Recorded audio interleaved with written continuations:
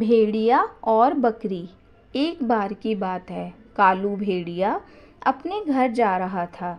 वह शेर से लड़कर आ रहा था, इसलिए गुस्से में भरा था। चलते चलते अंधेरा भी हो गया था। रास्ते में एक जगह कुआं पड़ता था, पर गुस्से में होने के कारण भेड़िए को यह ध्यान ही न रहा। गुस्से में बहुत से गलत काम हो जाते हैं, बहुत हानि हो जाती है।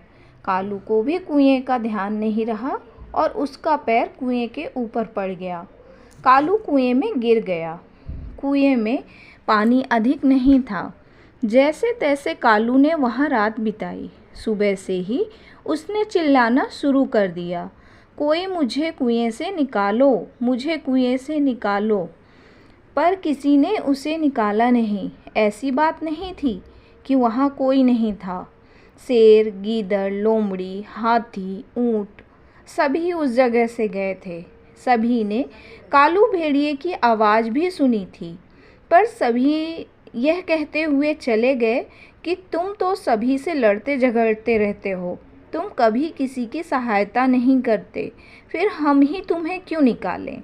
उन्हें डर भी था कि यदि वे भेड़िए को निकालेंगे तो वह उन्हें ही काट खाएगा।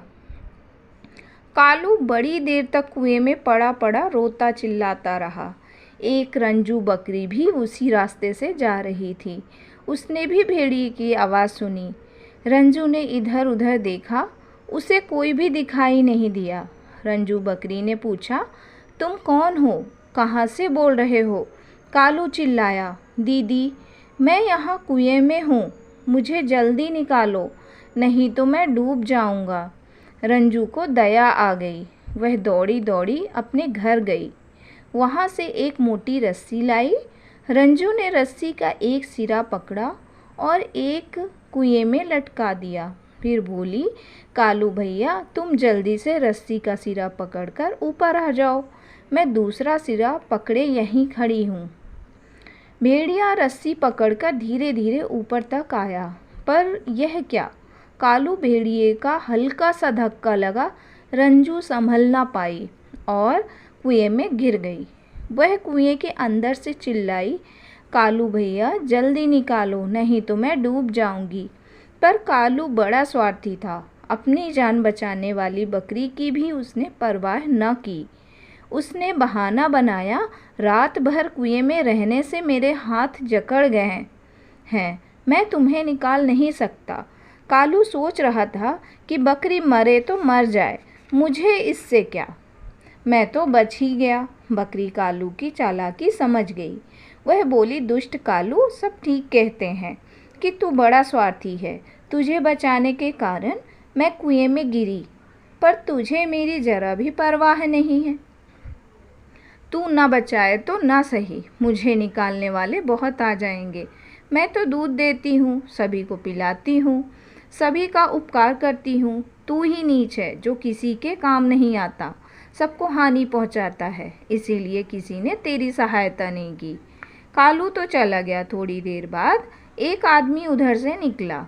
उसने बकरी को मिमियाने की आवाज़ सुनी। आदमी ने पूछा, तू कहाँ से बोल रही है? मैं यहाँ हूँ कुएं में, बकरी बोली।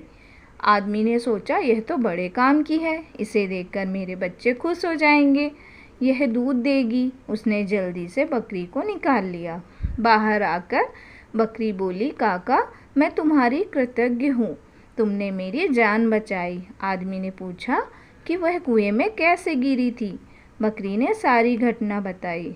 आदमी बोला, तू तो बहुत अच्छी है, चल मेरे साथ घर। वह बकरी को अपने घर ले गया। वहाँ बकरी बच्चों के साथ खेलती रहती, खूब खाती पीती थी, खूब काम करती थी।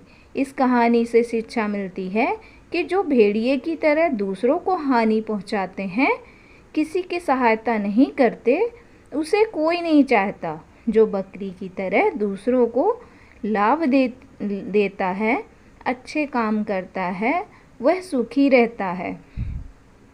यह शिक्षा भी मिलती है कि मीठी बातें बोलकर अपना स्वार्थ सिद्ध करने वाले भी दुनिया में कम नहीं हैं। अतः प्रत्येक व्यक्ति से समझकर ही व्यवहार करना चाहिए। धन्यवाद।